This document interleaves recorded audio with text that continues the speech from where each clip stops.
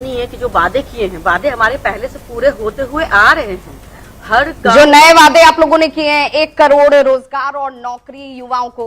बिल्कुल बिल्कुल 1 करोड़ नौकरी और प्लस 1 करोड़ महिलाओं को लखपति दीदी बनाने के लिए, तो सारी वादे पूरे होंगे, बिल्कुल वादे पूरे होंगे और पहले से वादे पूरे होते हुए आ रहे हैं। बिल्कुल, इसीलिए मैंने ये कहा कि अब इस जीत के साथ जिम्मेदारी है। अब ये आपको खरा उतरना है लोगों के उस विश्वास पर, क्योंकि युवाओं ने बड़ी तादाद में वोट किया, महिलाओं ने बड़ी तादाद में वोट किया और उसमें युवाओं की भूमिका बहुत महत्वपूर्ण हो जाती है। तो उसका एक बड़ा आधार उन्हें ये विश्वास था कि नौकरी मिलेगी। अब इस चुनाव में 2 बड़ी बातें हुई है। सबसे पहला, केवल जीत हार पर मोहर नहीं लगी है, बल्कि बिहार की जनता ने यह साबित किया कि हमारे नीतीश जी स्वस्थ हैं और अगले 5 साल 24 घंटा बिहार के विकास के लिए काम करेंगे। फिर दूसरी बड़ी बात यह हुई कि एनडीए सरकार ने 4 करोड़ लाभार्थी बनाया और 8 करोड़ के वोटर में 4 करोड़ लाभार्थी का विश्वास नीतीश जी से जुड़ा, मोदी जी से जुड़ा हुआ, इसलिए कि इसमें युवा भी शामिल थे, महिला भी शामिल थी, मुस्लिम भी शामिल थे, हिंदू भी थे। कास्ट और धर्म से ऊपर हट करके ये 4 करोड़ लाभार्थी थे।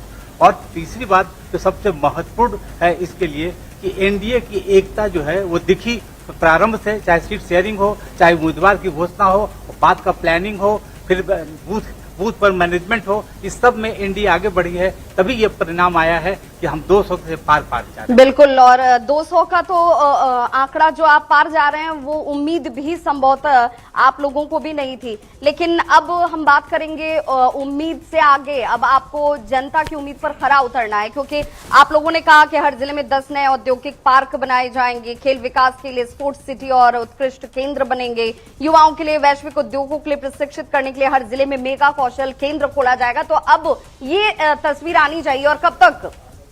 निश्चित, बिल्कुल आप देखेंगे कि जिस तरीके से एनडीए सरकार ने जो कमिटमेंट किया है उसको पूरा करने के काम किया है। विभा जी, मैं इसलिए कह रहा हूं कि आप देखेंगे कि इस चुनाव में जब आप ग्राउंड जीरो पे रिपोर्टिंग कर रही होंगी तो आपको कहीं भी एंटी इनकम्बेंसी का माहौल 20 सालों में नहीं मिला होगा। तो ये इस वजह से, क्योंकि नीतीश कुमार जी एनडीए सरकार ने जो बिहार की जनता से वादा किया है, तो ये तो उपलब्धि सिर्फ और सिर्फ नीतीश कुमार की है कि 20 सालों के बाद भी कोई एंटी इनकम्बेंसी नहीं। देखिए, अगर यहाँ पे सरकार की बात हो रही है तो टोटली तौर पर एनडीए सरकार की बात हो रही है और उनके मुखिया नीतीश कुमार जी, उसका फायदा एलजेपीआर को मिला।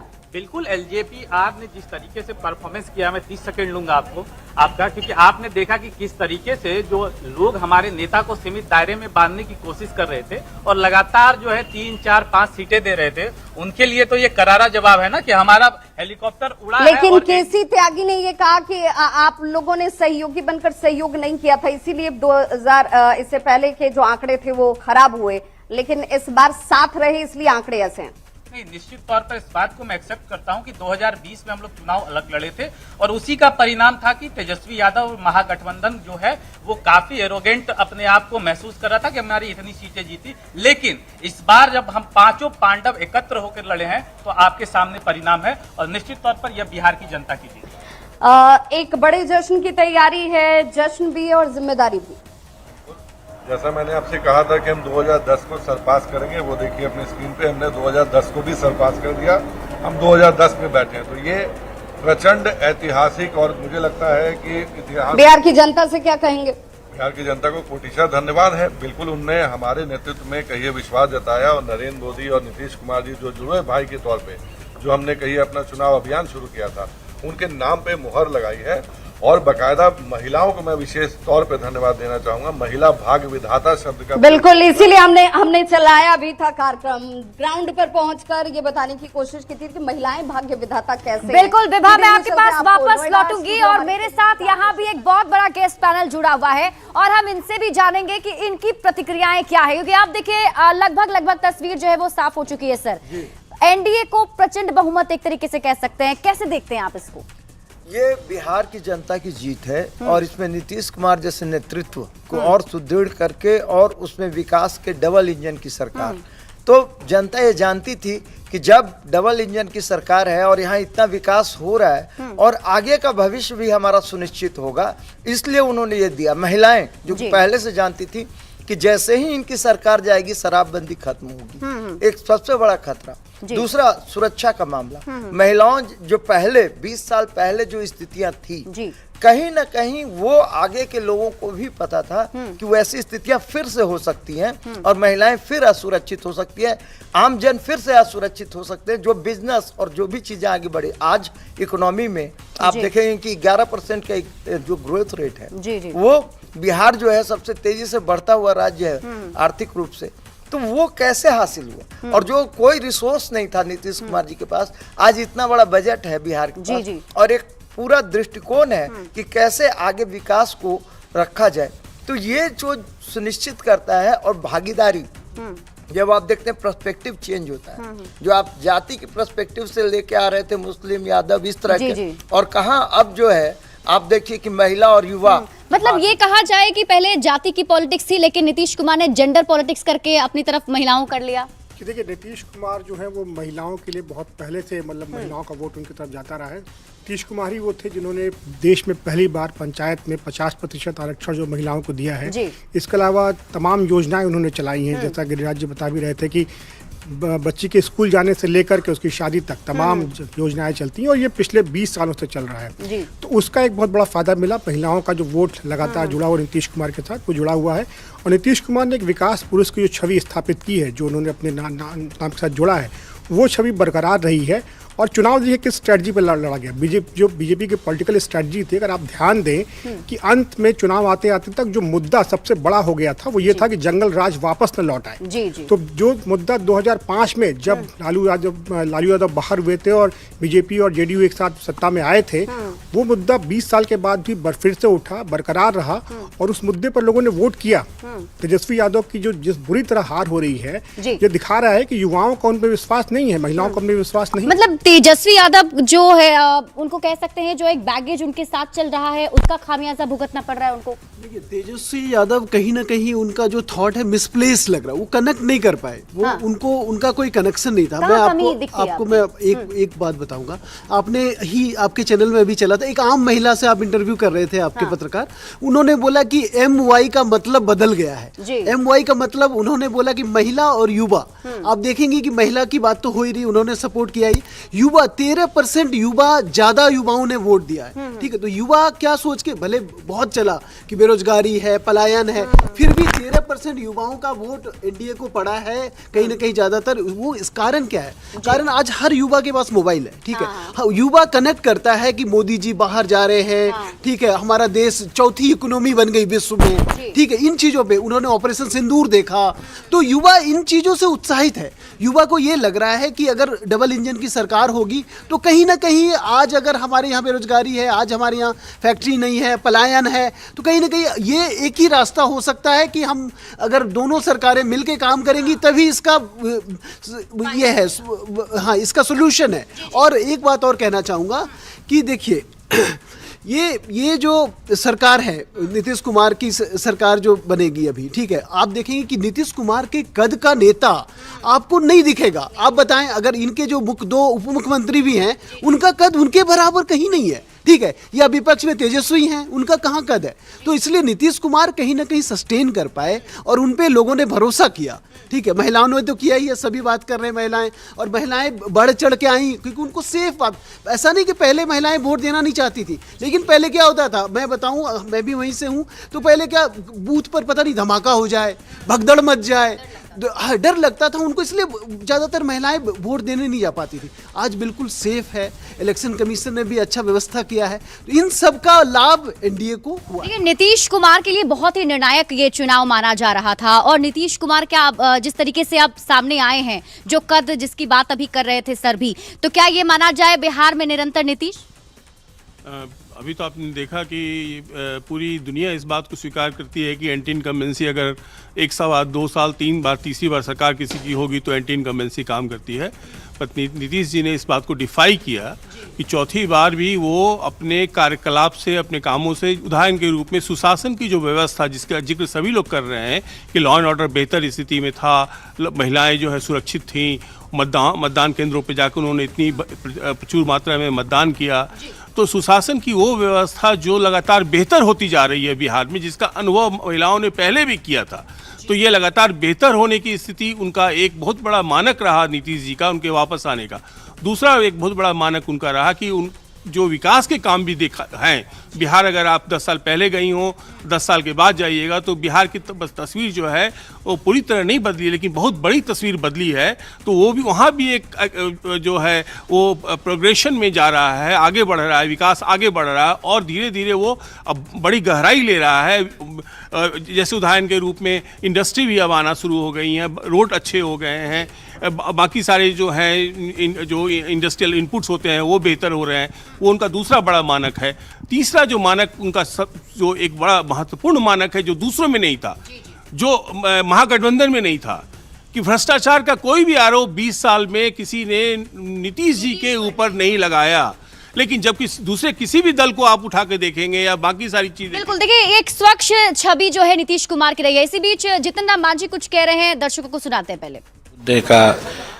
का कॉरिडोर हो या फिर इंडस्ट्रियल कॉरिडोर हो, फिर इंडस्ट्रियल पार्क का मामला है, ये सारी बातें ऐसी आई जिससे समझ में आया जनता को कि इनसे बढ़िया कोई नहीं कर सकता। और दूसरी तरफ भ्रामक बातें कह करके, उलूल जुलूल बात कह करके जो व्यवहारिक नहीं था, विश्वसनीय नहीं था, तेजस्वी जी वगैरह लोगों ने लोगों को बरगलाना चाहा, भ्रम में डालना चाहा। तो पार्लियामेंट के चुनाव में कुछ भ्रम में लोग पड़ गए थे, लेकिन इस बार एकदम दिमाग में बात थी कि भ्रम में नहीं पड़ना है। इन लोग सिर्फ बोलते हैं, इन लोग का कुछ बखत नहीं है और इसी के आधार पर जितना हम लोग सोचते नहीं थे उससे ज़्यादा प्रतिशत में उन लोगों ने वोट दिया और रिजल्ट आपके सामने है। सर, बड़े भाई और छोटे भाई की भूमिका के साथ साथ में चाचा भतीजा ने भी कमाल किया, इस पे क्या कहेंगे?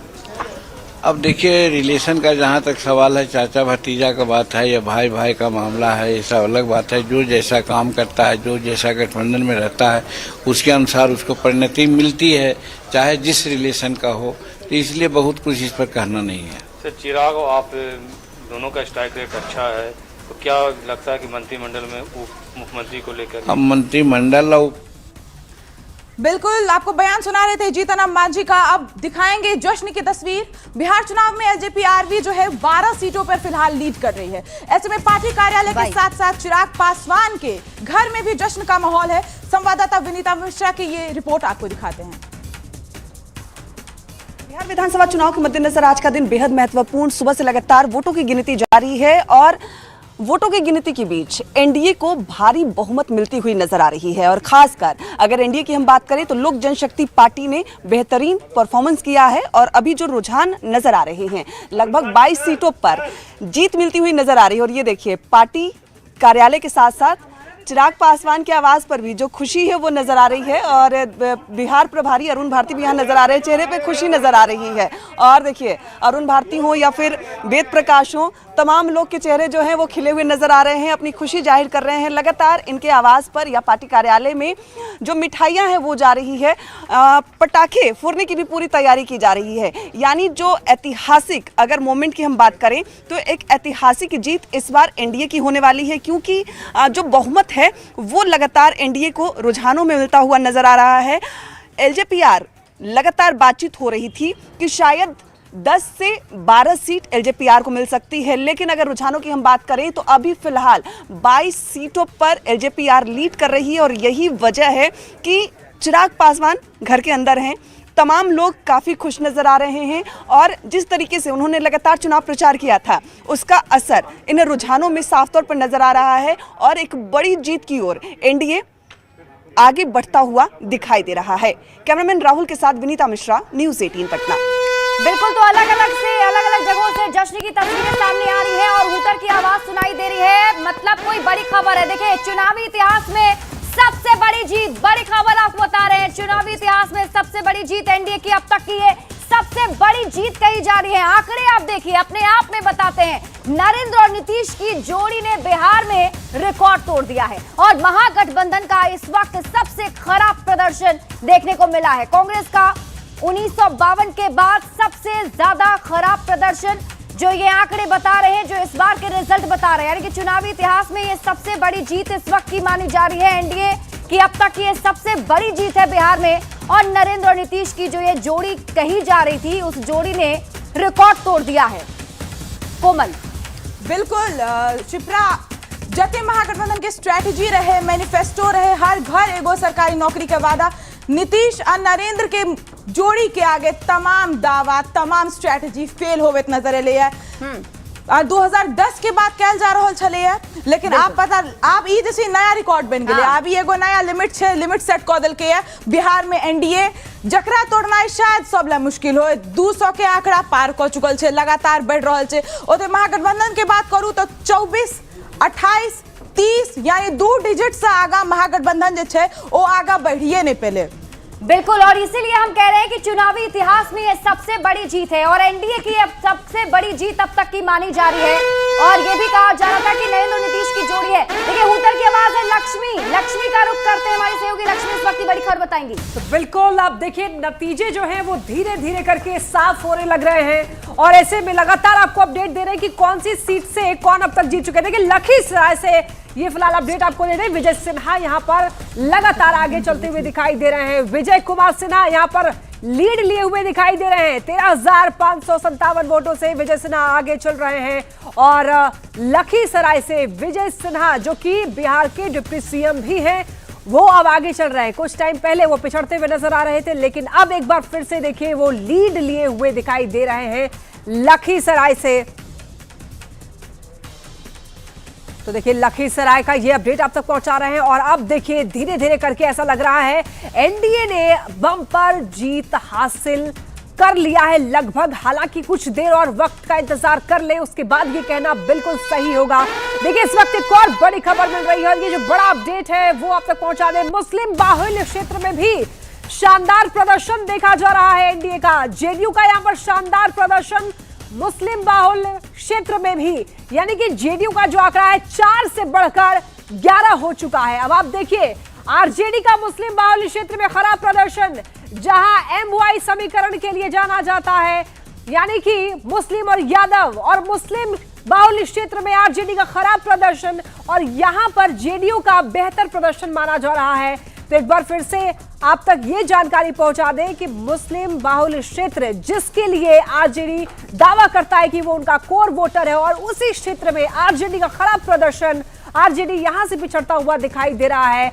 आरजेडी की सीट 11 से घटकर अब 3 हो गई है। यानी कि देखिए शिप्रा, ये जो मुस्लिम बाहुल्य क्षेत्र जिस पर दावा करता है आरजेडी, महागठबंधन की उनका कोर वोटर है, वहां पर खराब प्रदर्शन देखा जा रहा है महागठबंधन का। बिल्कुल बिल्कुल लक्ष्मी, तो एमवाई समीकरण बिल्कुल बिहार चुनाव में इस बार फेल होता नजर आ रहा है। बिल्कुल 2010 में जो नतीजे आए थे, 2010 में देखिए कि नीतीश कुमार को और बीजेपी को बड़ा मैंडेट मिला था। नीतीश कुमार को 115 सीटें मिली थी और बीजेपी को 91 सीटें मिली थी। तो अब बीजेपी जो है, अब तक बिहार के चुनावी इतिहास में बीजेपी ने उस आंकड़ा को पार कर लिया है। एक रिकॉर्ड बीजेपी ने भी बनाया है, 93 सीटें अब हो गई। अब देखिए दूसरी तरफ महागठबंधन की मैं बात करता हूँ। महागठबंधन पहली बार जो है विधानसभा में 2010 के बाद जो है लालू परिवार का कोई नेता नहीं होगा। राबड़ी देवी 2010 में चुनाव हार गई थी, विधान परिषद से आई वो, लेकिन विधानसभा में कोई नहीं था। इस बार भी ऐसे ही आसार दिख रहे हैं।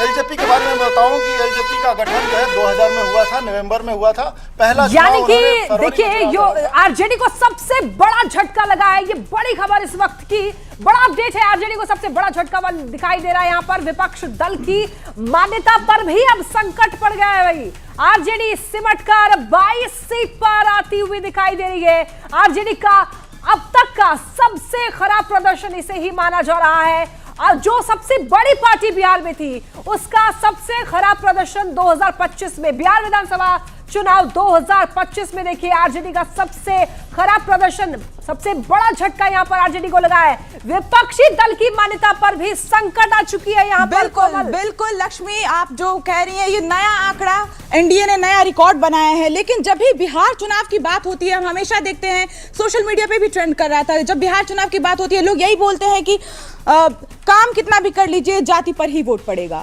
लेकिन क्या बिहार की जनता ने इस भ्रम को, इसको तोड़ा इस बार? देखिए 2010 में गुड गवर्नेंस पे मैंडेट मिला था एनडीए को, और फिर एक बार जो है एक बड़ा जो है समर्थन मिल रहा है। एनडीए ने चुनावी इतिहास का बिहार में सबसे बड़ा जो है आंकड़ा हासिल कर लिया है। और बीजेपी अपने सबसे बेहतर परफॉर्मेंस 91 को पार कर लिया है। आरजेडी एक बार सबसे वर्स्ट परफॉर्मेंस उसका रहा है, 2010 में 22 सीटें मिली थी, वहां पहुंचने को जो है दिख रही है। और एलजेपी सेकंड बेस्ट परफॉर्मेंस कर रही है। एलजेपी ने जब पहला चुनाव लड़ा था तो 29 सीटें आई थी और एलजेपी 21-22 के आसपास पहुंच रही है। तो ये रिकॉर्ड है, रिकॉर्ड बुक में इसको दर्ज करना होगा और ये दर्ज भी होगा। बिल्कुल। और अगर बात महागठबंधन की करें तो क्या लगता है, क्या महागठबंधन की जो ये हालत है 2 डिजिट पर सिमट जाना, सबसे बड़ा कारण क्या है? तेजस्वी यादव को सीएम फेस घोषित करना, क्योंकि अगर बात करें राहुल गांधी से लेकर प्रियंका गांधी हो, कृष्णा अल्लावरू तक, स्टार्टिंग में किसी ने तेजस्वी के चेहरे पर मुहर नहीं लगाई, बहुत अंत में और ऐसा लगा कि बहुत अचानक से कुछ हुआ और बस तेजस्वी को सीएम फेस घोषित कर दिया। क्या उसी का जो खामियाजा है वो महागठबंधन आज भुगत रहा है? शुरू से ही महागठबंधन में प्रबंधन को लेकर बहुत सारे सवाल थे।